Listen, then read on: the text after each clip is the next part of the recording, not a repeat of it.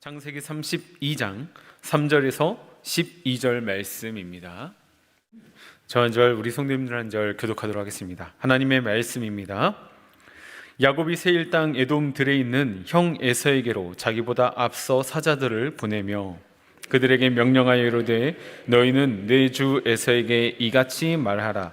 주의 종 야곱이 이같이 말하기를 내가 라반과 함께 거류하며 지금까지 머물러 있었사오며 내게 소와 나귀와 양떼와 노비가 있으므로 사람을 보내어 내 주께 알리고 내 주께 은혜 받기를 원하나이다 하라 하였더니 야곱에게 돌아와 이르되 우리가 주인의 형 에서에게 이른즉 그가 400명을 거느리고 주인을 만나려고 오더이다.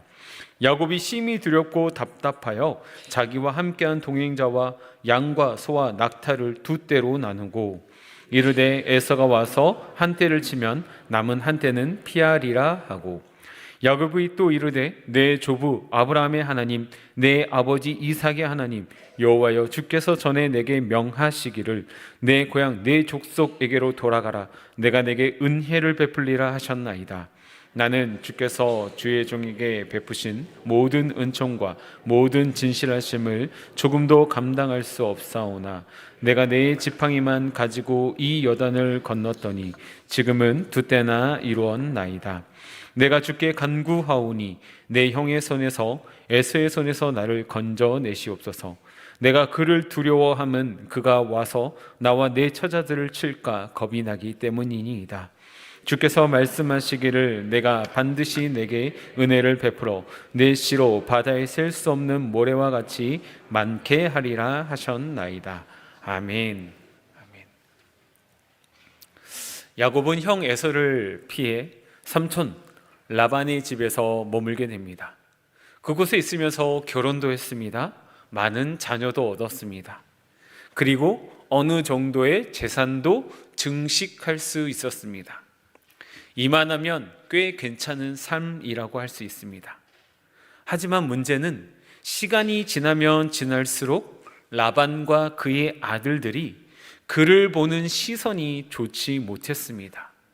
왜냐하면 야곱이 정당한 노력으로 얻은 그 모든 것들을 자신의 것이라고 여겼기 때문입니다. 그리고 그 자신의 것을 야곱이 불의한 방법을 통해서 가져갔다라고 그들은 생각했기 때문입니다. 야곱이 어떤 사람입니까? 그는 다른 사람을 속이는데 일가견이 있는 사람이었습니다. 이런 사람의 특징은 분위기, 타이밍을 기가 막히게 안다라는 것이죠. 그는 라반과 그의 아들들이 자신에게 대하는 태도가 다름을 느꼈습니다. 우리 창세기 31장 2절에서는 이렇게 기록되어 있습니다. 제가 읽어드리겠습니다. 라반의 안색을 본즉 자기에게 대하여 전과 같지 아니하더라. 여기서 전과 같지 아니하더라 라는 말씀은 단순히 야곱에 대한 시선이나 생각이 달라졌다가 아니라 내가 기회만 되면 언젠간 날 잡아서 야곱을 죽이는 한이 있더라도 그 모든 것을 빼앗아 와야겠다라는 그 생각과 마음을 이야기합니다. 이러한 상황 가운데서 야곱은 어찌해야 할까 전전긍긍했을 것이고 하루하루가 피를 말리는 삶이었을 것입니다. 이때 하나님께서 다시 한번 야곱의 삶에 개입하시고 그의 삶의 방향을 제시합니다. 그것은 바로 삼촌의 집 밧단 아람을 떠나 아버지가 있는 고향 땅으로 돌아가라 라는 것이었습니다. 하나님의 확실한 음성을 들었습니다. 하나님의 계획을 들었습니다. 이제 실천하는 일만 남았습니다. 이에 대해 야곱이 선택한 실천사항은 무엇입니까? 야반도주였습니다. 하나님이 그를 라반의 손으로부터 보호하신 것도 알았고 이제는 때가 되었으니 고향으로 돌아가는 하나님의 분명하고 확실한 음성을 들었음에도 불구하고 그는 하나님의 방법과 인도하심을 여전히 신뢰하지 못하고 야반 도주라는 인간적인 방법을 선택했다라는 것이죠.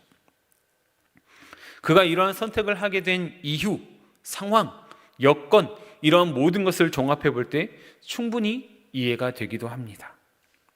안 그래도 지금 자신을 눈의 가시처럼 여기고 자신을 죽이려고 맘먹고 있는 라반에게 사실대로 말하고 떠나려 한다면 자기는 반드시 죽게 될 것이 자명한 사실이니까요. 상황, 환경, 여건이 지금 그렇기 때문에 우린 인간적으로 이러한 선택을 한 야곱을 어느 정도 이해는 할 수 있습니다. 하지만 하나님을 믿는 믿음 안에서 우리가 생각을 해보면 이러한 야곱이 한심하기만 합니다. 생각해 보시기 바랍니다. 야곱 자신도 라반이 자신을 해치지 못하게 하나님께서 막으셨다라고 고백을 합니다. 우리 창세기 31장 7절 말씀 함께 읽도록 하겠습니다. 그대들의 아버지가 나를 속여 품삯을 10번이나 변경하였느니라. 그러나 하나님이 그를 막으사 나를 해치지 못하게 하셨으며. 아멘. 이러한 야곱의 고백을 들어볼 때 하나님은 어떠한 분이십니까? 그를 지키시고 보호하시는 분이셨습니다. 하루하루가 불안하고 피를 말리는 것과 같은 상황에 놓여 있었지만 그가 지금까지 안전하게 살 수 있었던 무엇입니까? 하나님께서 지키시고 보호하고 계셨기 때문입니다.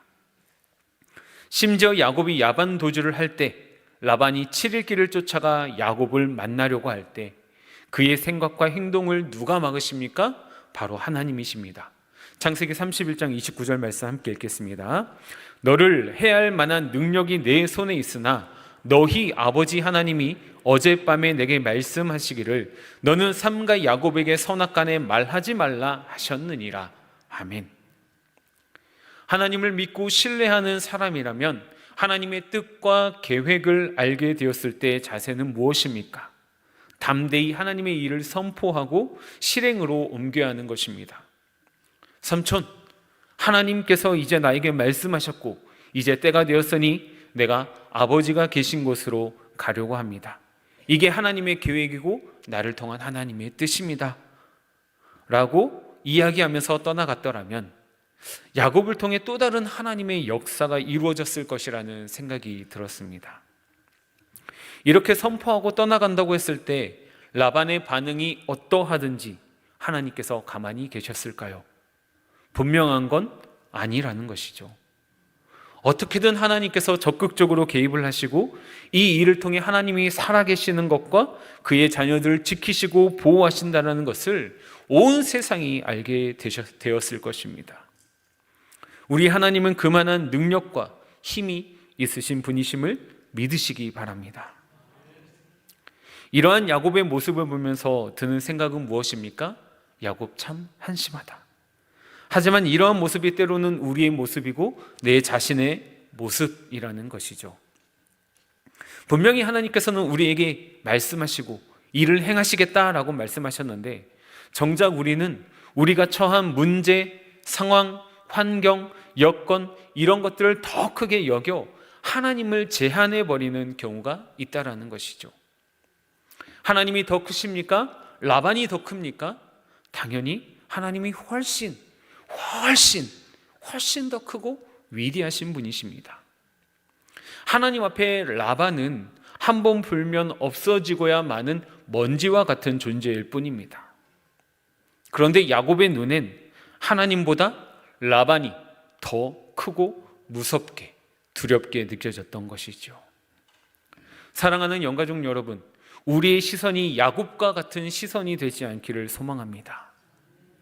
우리 하나님은 우리가 처한 문제, 상황, 환경, 여건보다도 더 크고 위대하시며 이 모든 것들을 능히 해결하실 수 있는 힘있고 능력있고 전능하신 하나님임을 믿는 믿음을 소유하시기를 소망합니다. 하나님의 은혜로 말미암아 드디어 야곱은 삼촌 라반의 손에서 벗어나 아버지가 있는 곳으로 가게 됩니다. 점점 그리운 아버지가 있는 곳이 가까워져 갑니다. 그런데 아버지에게 가까워져 가면 가까워져 갈수록 그를 또 두렵게 하는 상황이 맞이하게 됩니다. 무엇입니까? 아버지 야곱을 만나러 가려면 세일 땅을 지나가야 했는데 그곳에 누가 있습니까? 바로 자기 자신을 닷단 아람으로 피하게 한 장본인 에서가 있는 곳이었습니다. 오늘 본문 3절 말씀 다시 한번 함께 읽도록 하겠습니다. 야곱이 세일 땅 에돔 들에 있는 형 에서에게로 자기보다 앞서 사자들을 보내며 아멘. 야곱은 그의 형 에서를 마주하는 일이 매우 두려웠습니다. 그래서 그는 먼저 사람들을 보내 에서에게 자신의 그간의 이야기를 하면서 에서에게 은혜가 있기를 성경은 표현하고 있지만 실상은 에서에게 조금이라도 있을지도 모르는 동정심을 유발하고 있는 것입니다. 야곱의 상황을 전달하렸던 사람들이 에서를 만나고 돌아옵니다. 그리고 에서의 반응을 이야기하는데 에서가 400명을 거느리고 야곱을 만나기 위해 오고 있다라는 소식을 듣게 됩니다. 이에 대한 야곱의 반응은 무엇입니까? 심히 두렵고 답답함입니다. 그에게 있어서 에서는 두려움의 원천적인 대상이었습니다. 이제 그가 가까이 온다라는 그 사실 하나만으로도 그에겐 무서운 공포가 그 안에 자리 잡기 시작한 것이죠. 이것을 우리는 포비아라고 합니다. 혹시 우리 영가족들 중에도 포비아가 있으신 분이 있으십니까? 제가 아는 지인도 이 포비아가 있습니다. 여러 방면으로 노력하고 극복해 보려고 애쓰지만 그 가져다주는 공포가 너무나 무서워서 결국에는 극복하지 못한 거였습니다. 무엇에 대한 공포가 있었냐면 물에 대한 공포였습니다. 자기 발이 땅에 닿지 않으면 극심한 혼란을 일으켰습니다. 왜 그런지 알아보니까 예전에 어렸을 때 물에 빠져 죽을 뻔한 경험이 있었기 때문이었습니다. 이분은 여러 가지 방법으로 여러 가지들을 통해서 물에 대한 포비아를 극복해 보려 했지만 도저히 안 되더라라고 말하는 것을 들은 적이 있습니다. 야곱에게 있어서 벗어나고 싶고 극복하고 싶어도 할 수 없는 존재가 바로 에서였습니다. 그 에서가 공포의 진원지인 에서가 자신에게 그냥 혼자 오는 것도 아니고 400명, 말이 400명이지 당시 400명이 의미하는 것은 군대입니다. 어렸을 때부터 아주 뛰어난 사냥꾼으로 인정받았던 에서가 기르고 기른 정예였을 텐데 혼자 오더라도 감당할 수 없었던 야곱이 그의 정예 부대와 함께 온다고 하니까 얼마나 두렵고 무섭고 떨렸을까요? 그는 에서가 400명과 함께 오고 있다라는 소식을 들은 후 하나의 꾀를 내기 시작합니다. 그것이 오늘 본문 7절, 8절 말씀에 나와 있습니다. 함께 읽겠습니다. 야곱이 심히 두렵고 답답하여 자기와 함께한 동행자와 양과 소와 낙타를 두 떼로 나누고 이르되 에서가 와서 한 떼를 치면 남은 한 떼는 피하리라 하고. 아멘. 그가 생각해낸 것이 바로 피할 길, 도망가는 길을 내는 것이었습니다. 끝까지 당당하지 못하고 비겁한 생각을 하는 야곱의 모습을 보면 참 한심할 수가 없습니다. 이러한 사람이 믿음의 조상으로 들어간다는 것이 우리의 생각으로는 도저히 이해가 되지 않습니다. 그렇게 하나님의 은혜와 능력을 경험했으면서도 참 한결같은 모습을 보여주는 야곱이 그저 다른 한편으로는 대단하다라는 생각밖에 들지 않습니다. 그런데 이러한 모습이 우리의 모습이라는 사실을 잊어서는 안 됩니다. 하나님께서 우리에게 지금까지 수많은 은혜를 베푸시고 여기까지 지금까지 우리의 삶을 인도하셨고 앞으로 인도하실 것을 확신하면서도 막상 두렵고 어려운 현실을 맞이하게 되면 받은 은혜는 다 잊어버리고 야곱과 같은 모습을 보이곤 한다라는 것이죠. 사랑하는 영가족 여러분, 이 세상 모든 만물을 창조하시고 다스리시는 분이 능치 못할 일이 없으신 전능하신 하나님, 그분이 바로 우리의 아버지가 되신다는 것을 기억하시기 바랍니다.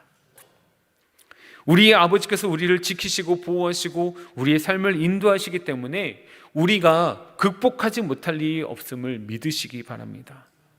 말씀 안에서, 믿음 안에서 영적 포비아를 이겨내고 극복해내는 은혜가 있기를 소망합니다.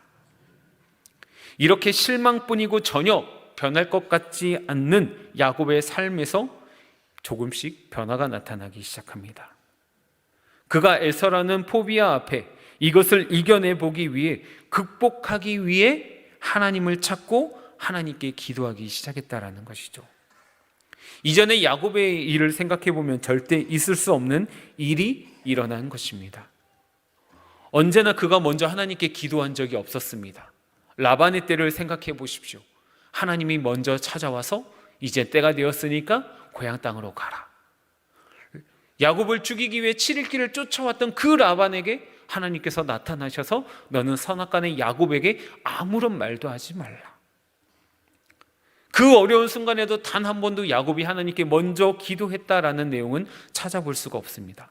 그런데 오늘 우리가 읽은 본문 11절, 12절 말씀에서 야곱이 스스로 하나님을 찾기 시작하는데 본문 11절 말씀만 함께 읽도록 하겠습니다. 내가 주께 간구하오니 내 형의 손에서 에서의 손에서 나를 건져내시옵소서. 내가 그를 두려워함은 그가 와서 나와 내 처자들을 칠까 겁이 나기 때문이니이다. 아멘. 지금까지 야곱을 두렵게 하고 힘들게 한 대상이 누구였습니까? 바로 그의 형 에서였습니다. 그를 피해 언제 끝날지 모르는 피난의 길을 걸어야 했고 험악한 세월을 이겨낸 다음에 고향으로 돌아가라는 하나님의 말씀을 듣고 고향으로 돌아왔는데 형이라는 커다란 장벽을 마주하는 가운데 두려움을 느끼고 있었기 때문입니다. 여차하면 다른 모든 것을 내어주고서라도 도망갈 길만 생각하고 있었습니다. 그런데 그가 그의 포비아, 그 대상인 에서를 바라보는 시선에서 자신의 삶에 적극적으로 개입하시고 인도하시는 하나님을 바라보는 시선으로 바뀌고 있다는 것이죠. 야곱의 시선이 바뀌었다라고 해서 그의 두려움은 사라지는 것은 아니었습니다. 그의 환경이 변화된 것도 아닙니다. 그에게 에서와 그의 400명과 맞서 싸울 수 있는 강한 군대가 생기는 그러한 여건이 바뀐 것도 아니었습니다. 그럼에도 불구하고 어쩌면 별거 아니라고 할 수 있는 이 일이 잔잔한 호수에 돌을 집어 던졌을 때 돌이 떨어진 그 자리를 기점으로 잔잔하게 퍼져나가는 파문처럼 그의 인생에도 변화의 파문이 일기 시작했다라는 것이죠. 우리가 13장의 전반부를 읽었지만 13장의 후반부에서는 이후에 야곱이 기도하고 난 다음에 하나님의 천사와 씨름하여 이기는 일을 경험하며 야곱이라는 이름이 이스라엘로 바뀌는 역사가 일어나게 됩니다. 사랑하는 영가족 여러분, 지금 여러분들의 시선은 어디에 머물러 있으십니까? 우리의 힘으로는 도저히 극복할 수 없는 환경을 바라보고 계십니까? 상황을 바라보고 계시며 이 순간을 어떻게 헤쳐나가야 할지 몰라 인간적인 방법, 인간적인 생각 등으로 고민에 빠져 있지는 않은지요. 이제 우리는 어느덧 2023년을 마무리하는 시점에 도달해 있습니다. 지난 1년을 한번 돌아보시기 바랍니다. 아마 모르긴 몰라도 가정적으로, 공동체적으로, 특히 교회적으로 정말 많은 일들이 있었습니다. 이건 저에게도 마찬가지입니다. 이러한 지난 날을 돌아보면 문제가 너무 커서, 내게 처한 상황이, 여건이 너무 커서 하나님을 온전히 바라보지 못한 순간들도 있었습니다. 내 힘으로는, 내 생각으로는 도저히 감당하지 못하고 해결할 수 없는 일들이 하나님께서 은혜를 베푸셔서, 때로는 말도 안 되는 기적을 베푸셔서 오늘날까지 이르게 하셨다라는 겁니다. 그러면서 우리 하나님은 문제보다도, 환경보다도, 여건보다도 더 크신 하나님이심을 다시 한번 깨닫게 되었습니다. 사랑하는 영가족 여러분, 지금까지 그래왔던 것처럼 앞으로도 어떠한 상황 가운데에서도 우리를 신실하게 변함없이 돌보시며 이끌어 가실 하나님의 크신 은혜를 기대하며, 문제보다, 우리의 환경과 여건, 상황보다 더 크신 하나님을 향해 믿음의 눈을 들어 하나님을 바라보시며 하나님과 동행하는 삶이 되시기를 소망합니다. 제가 청년 시절에 아주 힘들고 어려운 시절을 지낼 때 자주 불렀던 찬양이 있습니다. 오늘은 그 찬양을 제가 부르지는 않지만 그 찬양의 가사를 읽으며 오늘의 말씀을 마치고자 합니다. 하나님은 실수하지 않으신다네 라는 곡인데 가사를 한번 잘 들어보시기 바랍니다. 내가 걷는 이 길이 혹 굽어도는 수가 있어도, 내 심장이 울렁이고 가슴 아파도 내 마음속으로 여전히 기뻐하는 까닭은 하나님은 실수하지 않으심일세. 내가 세운 계획이 혹 빗나갈지 모르며 나의 희망 덧없이 쓰러질 수 있지만 나 여전히 인도하시는 주님을 신뢰하는 까닭은 주께서 내가 가야 할 길을 잘 아심일세. 어두운 밤 어둠이 깊어 밤이 다시는 밝지 않을 것 같아 보여도 내 신앙 부여잡고 주님께 내 모든 것 맡기리니 하나님을 내가 믿음일세. 지금은 내가 볼 수 없는 건 너무 많아서 너무 멀리 가물가물 어른거려도 운명이여 오라 나 두려워 아니하리. 만사를 주님께 내어 맡기리. 차츰차츰 안개는 걷히고 하나님 지으신 빛이 뚜렷이 보이리라. 가는 길이 온통 어둡게만 보여도 하나님은 실수하지 않으신다네. 이 찬양의 고백이 우리 모두의 고백이 되었으면 좋겠습니다. 절대로 실수하지 않으시고 변함없으신 그 하나님이 나를 있어야 할 곳으로 인도하시며 우리와 동행하시며 함께 하신다라는 그 사실을 기억하시면서 오늘도 우리 앞에 서 있는 그 커다란 벽 현실을 뛰어넘어 한 단계 큰 믿음의 진보를 이루는 우리 귀한 영가족들 되시기를 바랍니다.